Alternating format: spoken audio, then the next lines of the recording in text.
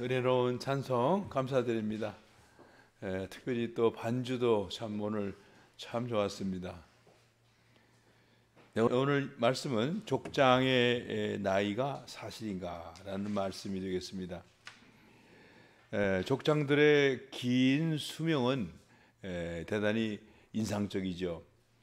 오늘 읽으신 그 긴 성경 창세기 5장에 보면은 10명의 족장이 등장합니다.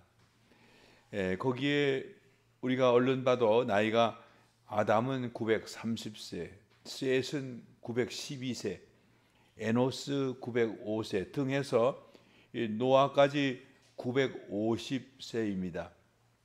이렇게 10명의 족장들의 나이가 1000살에 가까운 그런 나이로 기록되어 있는 것, 누구든지 이런 사실을 접하게 되면 과연 이것이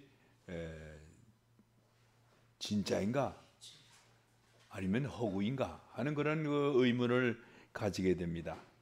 그래서 오늘은 이것이 어떠한 근거를 갖고 있는가라는 것을 먼저 얘기를 드리도록 하겠습니다.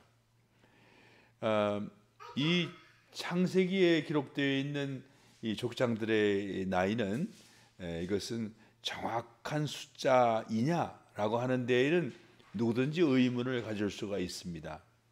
그러나 이것이 굉장히 장수한 숫자다 하는 것에 대해서는 확실한 근거가 두 가지가 있습니다.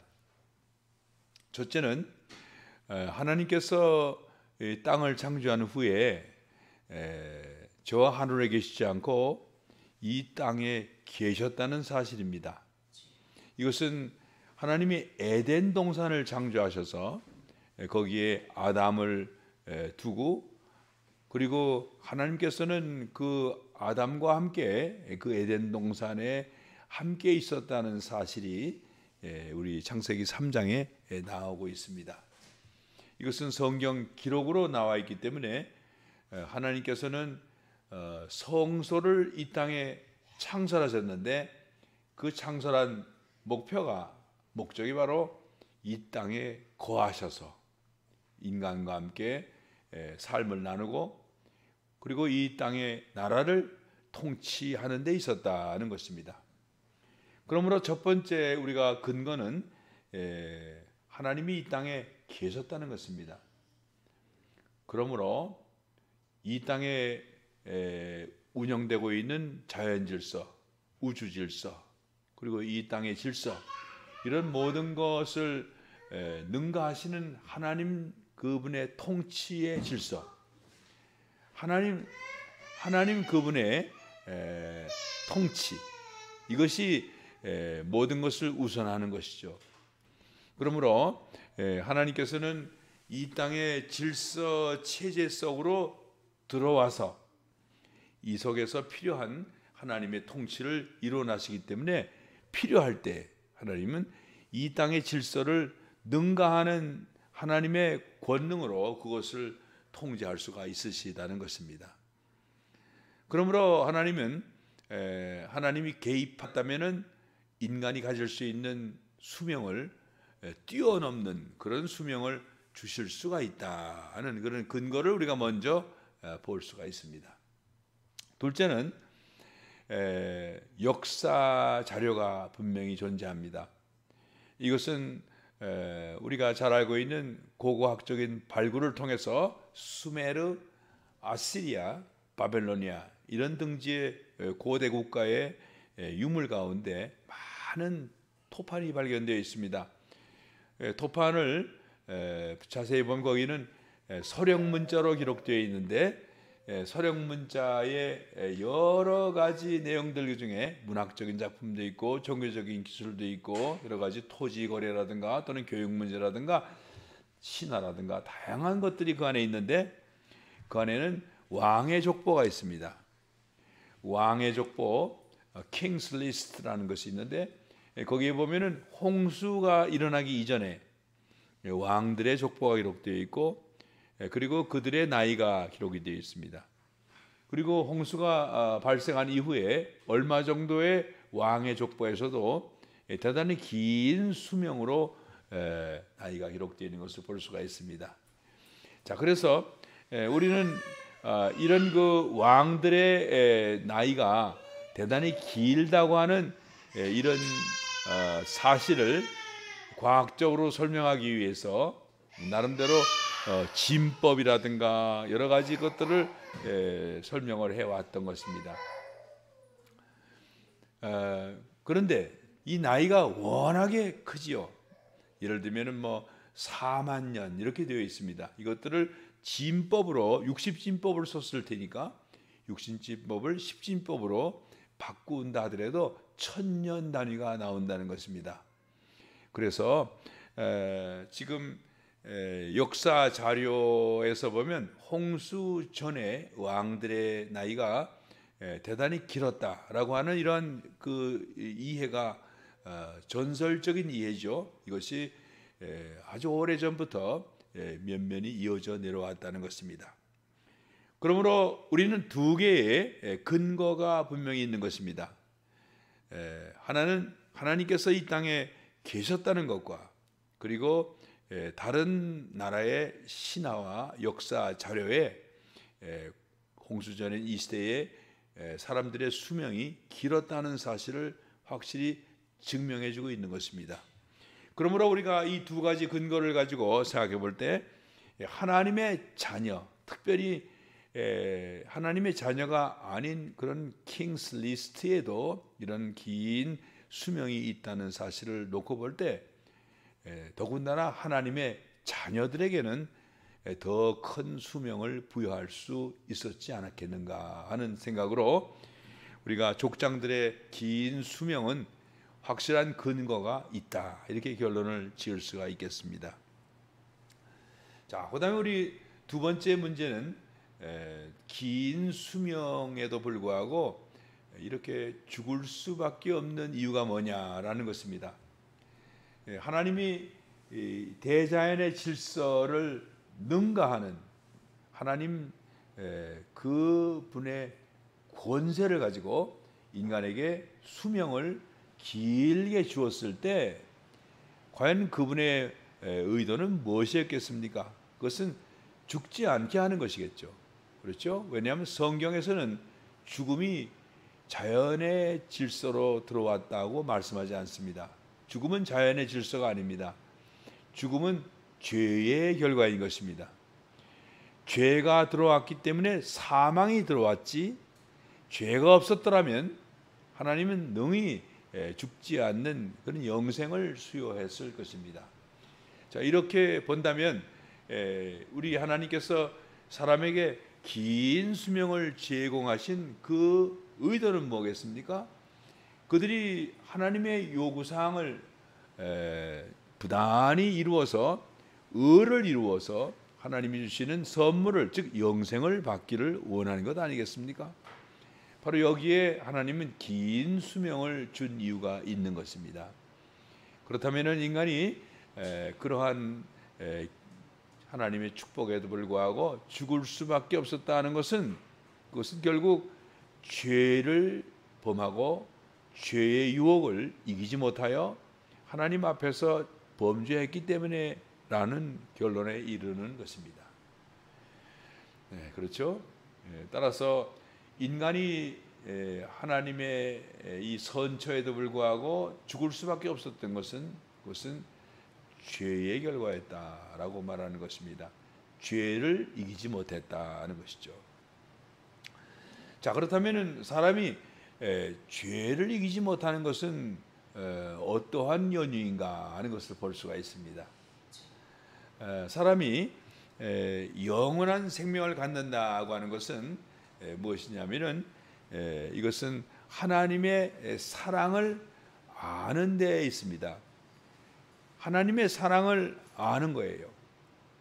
그렇죠? 하나님과 그의 보내신 자 예수 그리스도를 아는 것이 영생이라고 요한복음의 17장에 기록되어 있습니다. 하나님을 아는 것, 이것은 무슨 뜻이냐면 하나님의 성품을 내가 소유했다는 것을 의미합니다. 하나님의 이름을 알고 하나님이 어떤 분인지를 논리적으로 알았다는 것이 아니라 이것은 하나님이 가지고 있는 하나님의 성품을 나도 가지고 있다는 거예요. 하나님을 아는 것입니다. 그분이 어떤 말씀을 하면 그 말씀이 어떤 의미에서 나에게 하시는지, 그리고 그분이 어떠한 감정을 가져서 우신다든지 또는 분노하신다든지 할 때는 내가 그것을 아는 것이죠. 그것은 무슨 뜻입니까? 나는 전혀 다른 본질 속에 속해 있는 인간임에도 불구하고 하나님의 그 생명이 내 안에 있다는 얘기죠. 그것이 바로 하나님과 그의 보내신 아들을 안다라고 하는 이 안다라는 동사의 뜻인 것입니다. 따라서 우리가 영생이라고 하는 것은 하나님의 사랑을 아는 거예요. 하나님의 사랑이 내 안에 있다는 것을 의미하는 것입니다. 자, 그런데 당시 홍수전 시대에 사람들에게 이렇게 죽음으로 끝날 수밖에 없었다는 것은 그것은 하나님의 사랑을 알지 못했다는 것을 의미하는 것입니다. 할렐루야. 여러분, 하나님의 사랑을 아는 방법이 어떤 방법이 있을까요? 그것은 두 가지밖에 없습니다. 하나는 에녹과 같이 하나님과 동행하는 방법밖에 없어요. 하나님과 동행하면 하나님의 사정을 알고 하나님의 마음을 내가 배우게 되니까 하나님의 사랑을 내가 알게 되겠죠. 그렇죠? 그러므로 에녹은 하나님과 동행하더니 이 세상에 더 이상 있지 않았다. 그에게는 죽음을 초월하여 하나님의 나라로 승천했다는 것을 의미합니다. 두 번째 가장 귀중한 교훈은 이것입니다. 인간에게 하나님의 사랑을 알려주는 분이 있어야 돼요. 하나님의 사랑을 우리 인간에게 알려주는 그분이 누구십니까? 그것은 바로 하나님의 아들이신 예수 그리스도이십니다. 예수 그리스도 외에 어떠한 존재도 하나님의 사랑을 알려줄 수가 없습니다. 왜냐하면 하나님에게는 오직 한 분 아들이 있기 때문인 것입니다. 하나님이 창조한 분이 아니라 하나님이 직접 낳으신 분이에요. 그분의 아들입니다.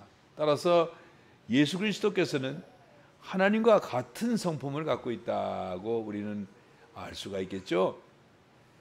만약에 예수께서 하나님이 창조하신 분이라면 그것은 옵션일 것입니다. 하나님께서 그에게 사랑을 알게 했다면 알았을 것이지만 그렇지 않다면 알 수가 없는 것이죠.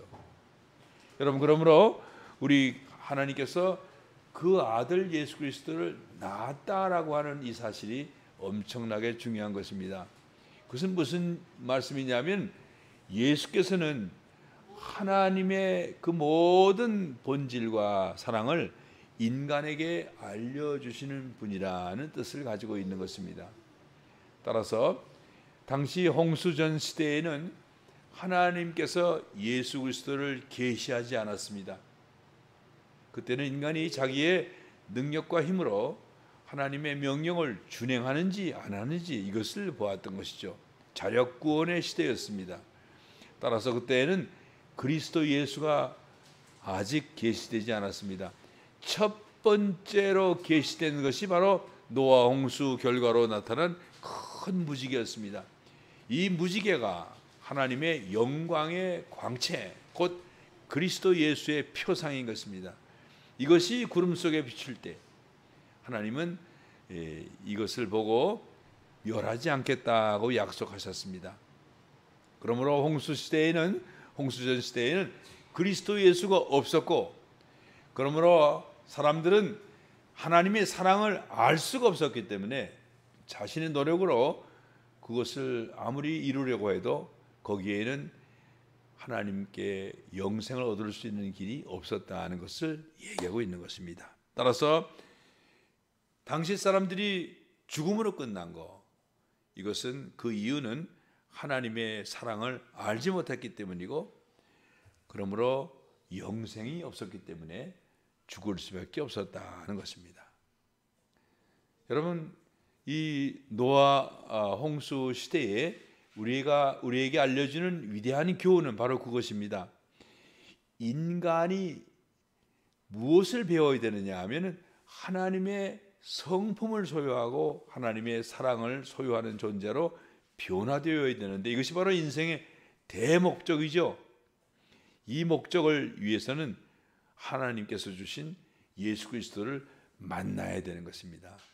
예수 그리스도를 만나고 그분을 알고 그분을 믿고 그분을 사랑하는 것, 이것이 바로 인생의 대본분인 것입니다. 그러므로 우리의 신앙생활은 그리스도의 사랑을 아는 데에 집중되어야 된다는 것을 볼 수가 있습니다. 또한 하나님을 사랑하는 자가 모든 죄를 이긴다는 사실을 우리가 확실히 터득할 수 있는 것이죠. 그렇죠? 하나님의 사랑이 우리 속에 있다면 그것은 모든 죄를 이길 수 있다고 하는 대단히 중요한 교훈을 우리에게 주는 것입니다. 승리, 이것은 하나님의 사랑을 아는 데에서 온다는 것입니다. 바로 이것이 그 유명한 계시록 15장 2절의 말씀이 되는 것입니다. 우리 계시록 15장 2절을 펼쳐놓고 보면은 거기에 이렇게 기록이 되어 있습니다. 또 내가 보니 불이 섞인 유리 바다 같은 것이 있고 짐승과 그의 우상과 그의 이름의 수를 이기고 벗어난 자들이 유리 바닷가에 서서 하나님의 검은 고를 가지고 하나님의 종 모세의 노래 어린 양의 노래를 불러 이르되. 자, 여기에 하나님의 보좌 앞에 펼쳐져 있는 유리 바다, 거기에 승리한 사람들이 서 있어요. 14만 4천 명이 서 있습니다. 이 사람들은 어떤 사람이냐 하면은 어떤 사람인가요? 이 사람 알고 보니까 이 사람은 어린 양을 사랑하고 하나님을 사랑해서 어린 양이 가는 곳마다 어떤 곳이든지 함께 가고자 하는 그런 사람들, 곧 그 마음이 오직 그리스도를 신랑으로 사랑하는 일념으로 어린 양의 신부라고 할 만한 그런 별명을 가진 자들이라는 것입니다. 그렇죠? 우리 예수 그리스도와 뜨거운 사랑의 관계 속에 있는 사람들, 그 하나님의 사랑으로 말미암아 이들은 승리자가 되었고, 그 승리는 어떤 승리냐 하는 것을 거기에 단적으로 표현해 주고 있는데, 그것은 유리 바다에 있다는 거예요. 그들이 유리 바다에 서 있다는 것입니다. 근데 그 유리 바다는 그 속에 불이 섞여 있다는 것입니다. 불이 섞여 있어요. 이 불은 바로 하나님의 진노, 하나님의 심판의 불이죠.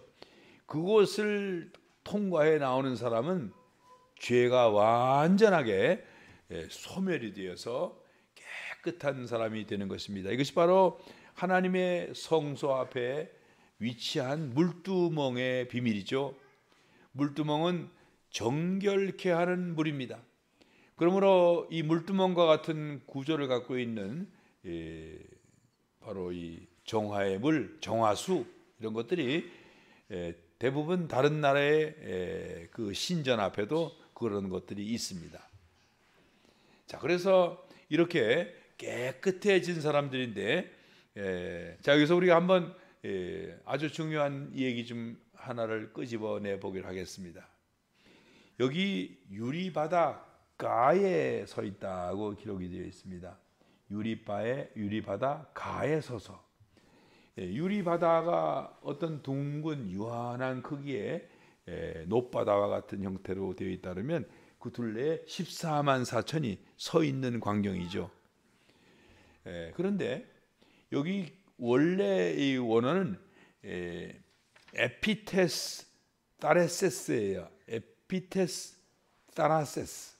따라세스라는 것은 바다인데 에피라고 하는 것은 영어로 말하면 upon 이런 뜻입니다. upon the sea 이런 뜻이에요.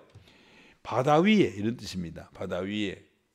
근데 사람이 바다 위에 이렇게 서 있다는 것을 상상하기 어려우니까 바닷가로 이렇게 번역을 한 것이죠. 그런데 에피테스 따라세스라고 하는 이 구절이 3번 나오는데 천사가 그 바다 위에 서서라는 말씀이 10장에 3번 나와요. 똑같은 문법으로 나옵니다. 그러므로 천사를 쓸 때는 바다 위에 서 있는 것으로 번역을 했고, 우리 이렇게 14만 4천을 쓸 때는 바닷가에 서 있는 것으로 번역을 한 겁니다. 자, 그런데 여러분 14만 4천이 어떤 사람인가요? 이분들은 다 부활의 생명을 가진 사람들입니다. 할렐루야. 이 사람들은 첫째 부활, 천년왕국의 통치자들이에요. 그러므로 이들은 하나님이 주신 위대한 선물을 갖고 있는 것입니다. 곧 천사를 방불케 하는 그런 그 변화된 몸을 갖고 있는 사람들이기 때문에 능히 물 위에 서 있을 수 있겠다고 생각할 수 있는 것이죠. 그러므로 이들은 이런 그 세상의 권세를 이미 능가해 있는 사람들, 그 신적 존재라고 말할 수 있는 것입니다. 자, 그래서 이들은 이제 천년왕국의 주인공으로서 예수 그리스도와 천년을 다스리는 그런 주인공들로 등장하게 됩니다. 천년왕국이라고 하는 것은 계시록 20장에 꼭 2번 나옵니다. 19장에는 아마겟돈 전투가 나오고 20장에는 곡과 마곡의 전투가 나와서 1000년 동안 사탄을 지옥의 무저갱에다 가두고, 그런 동안에 이렇게 예수께서는 14만 4천의 첫 번째 부활에 참여한 자들과 함께 이 땅을 통치하는 기간이 있는 것이죠. 이것은 소위 말해서 예수님의 재림이 천년왕국 앞에 있느냐, 아니면 재림이 천년왕국 뒤에 있느냐라는 것으로 전천년, 후천년 이렇게 나눕니다. 지금 성경 20장에는 전천년으로 기록이 되어 있어요. 예수께서 재림하셔서 아마겟돈 전투에서 마귀와 짐승을 파괴하고, 그런 다음에 이제 천년왕국이 이루어지게 되는 것이죠. 그래서 천년왕국이 끝나게 되면, 그런데 다시 이 무저갱에서 사탄을 풀어서 다시 활동하게 한 다음에 상당한 기간 동안을 활동하게 해서 또 2번째 접전이 붙게 되는데, 그것이 완전히 패배로 돌아가서 이 사탄을 완전히 잡아서 불못에 집어넣음으로써, 불못에는 사탄과 짐승과 거짓 선지자가 완전히 죄악의 삼위일체가 완전히 파괴되어 영원히 불타게 되면서 인간의 이 역사가 종결이 되는 것입니다. 그때 비로소 새하늘과 새 땅이 이루어져서 첫 번째 부활에 참여하지 못한 성도들이 그때 이제 부활해서 하나님의 나라로 임하게 되는 것입니다. 그래서 천년왕국 앞에는 아마겟돈 전투, 천년왕국 뒤에는 곡과 마곡의 전투가 벌어지게 되기 때문에 성경으로 볼 적에는 전천년설이 맞지 않겠나 이렇게 얘기를 할 수가 있습니다. 보통 후천년설은 2차 대전이 끝난 후에 일부 교단에서, 미국의 일부 교단에서 그것을 제창했습니다. 그렇게 해서 잠깐 반짝하고 그 이론이 인기를 얻다가 지금은 이제 완전히 없어진 것이죠. 후천년설은 없다고 봐야 되겠습니다. 다만 현재 2개의 설이 유력한데 전천년설과 무천년설입니다. 무천년설이라는 것은 계시록을 상징적으로 읽어서 천년이라고 하는 기간을 긴 기간으로 보는 것이지, 어떤 특정한 역사적인 기간으로 해석하지 않는다는 것입니다. 이렇게 봐서 이 두 개의 설이 지금 팽팽한 관계 속에 있습니다.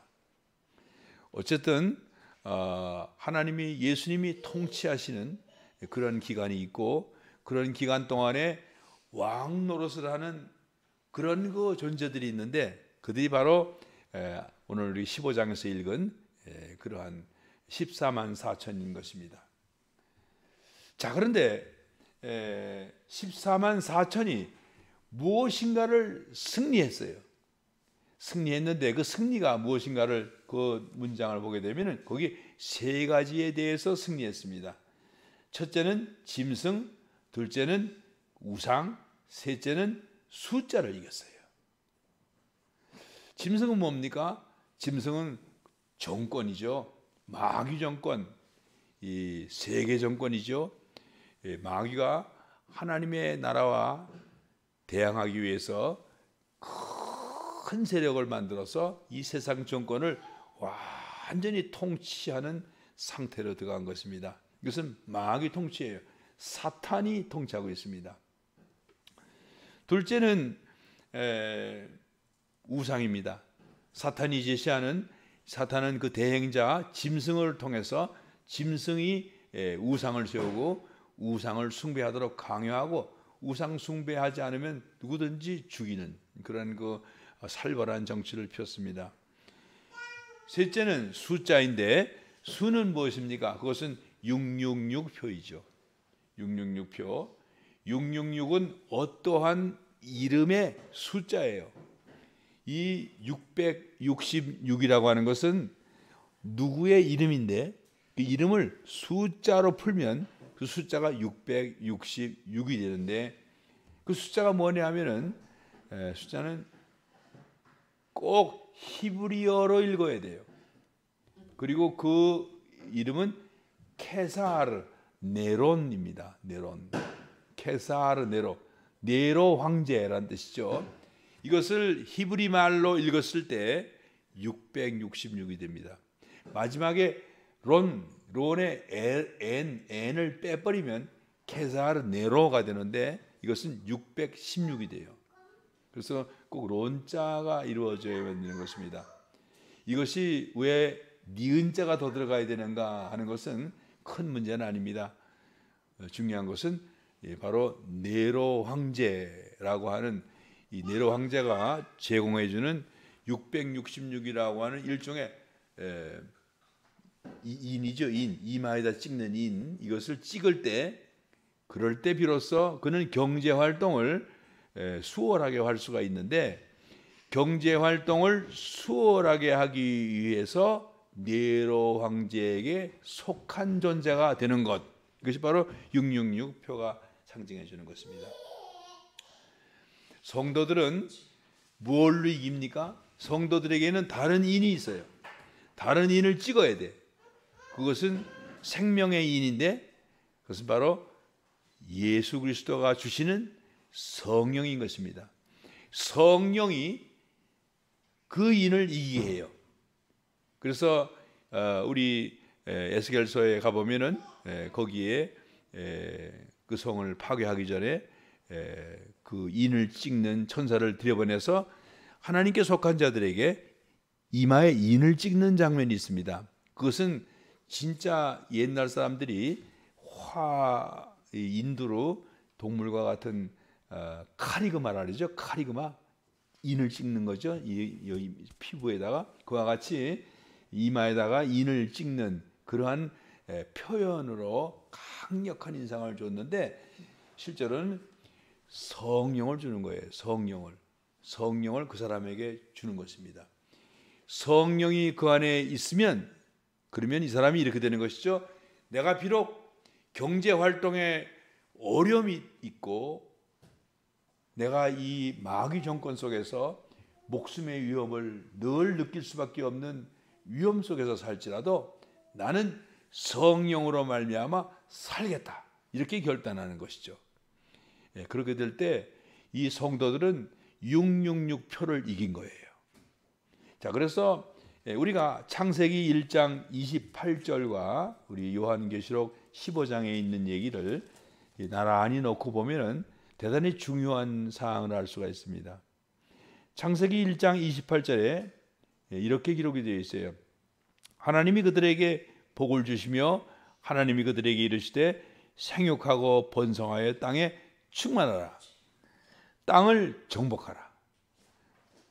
바다의 물고기와 바다의 하늘의 새와 땅에 움직이는 모든 생물을 다스리라 하시니라. 여러분 여기서 보면 창세기 1장 28절에 하나님의 명령은 크게 세 가지로 나누어 볼 수가 있어요. 즉 생육번성하여 충만하라는 것입니다. 두 번째는 땅을 정복하라는 거예요. 세 번째는 생물을 다스리라는 거예요. 자, 그런데 여러분 10명의 족장들은 이것을 하려고 했으나 결국은 못하고 말았죠. 왜냐하면 죽었으니까. 그렇죠? 죽었다가 9번 나오죠. 5장에. 그리고 노아가 죽는 장면은 9장에 나오니까 족장 10명이 다 죽었습니다. 자, 그런데 하나님이 충만하라 그랬는데 이 충만이 어디 나오냐면 계시록 15, 14장에 14만 4천이 나옵니다. 14만 4천은 12 곱하기 12 곱하기 1000이에요. 이것은 충만한 의미를 갖고 있습니다. 그렇죠?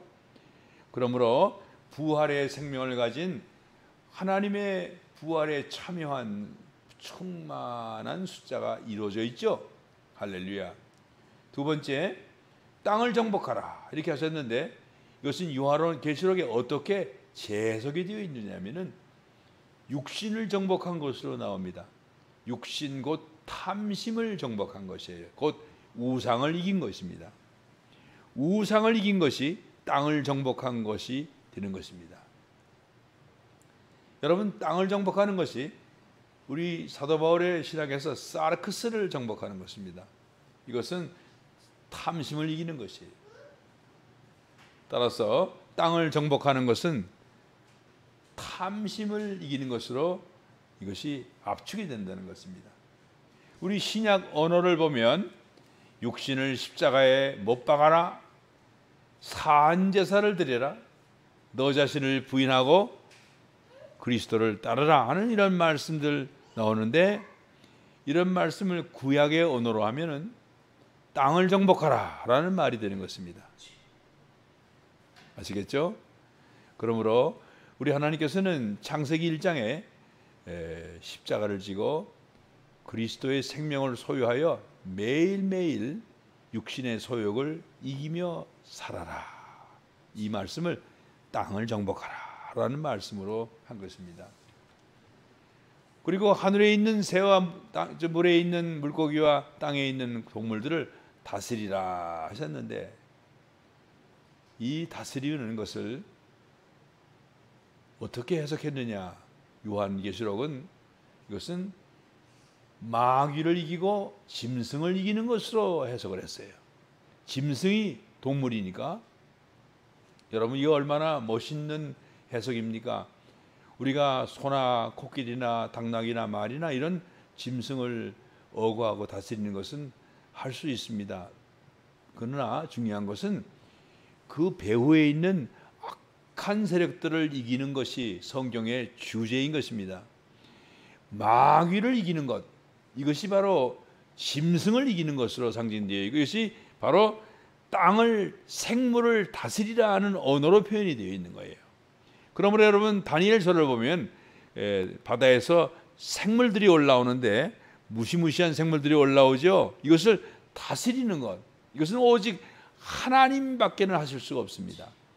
그러므로 인간은 성령을 받아서 하나님께서 하시자고 하는 뜻을 따라서 행하는 자가 될 때만 비로소 이것이 가능하게 되는데 그것은 오직 하나님의 사랑을 알 때만 가능하다는 것이 성경의 교훈이 되는 것입니다.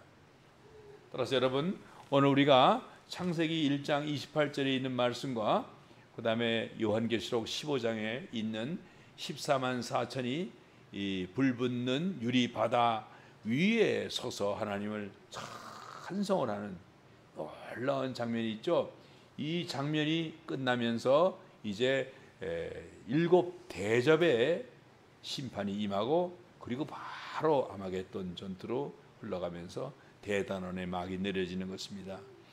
여러분, 바로 하나님의 이 창조의 준비는 14만 4천의 수를 이기고 짐승을 이기고 우상을 이긴 사람을 만드는 데 있었던 것입니다.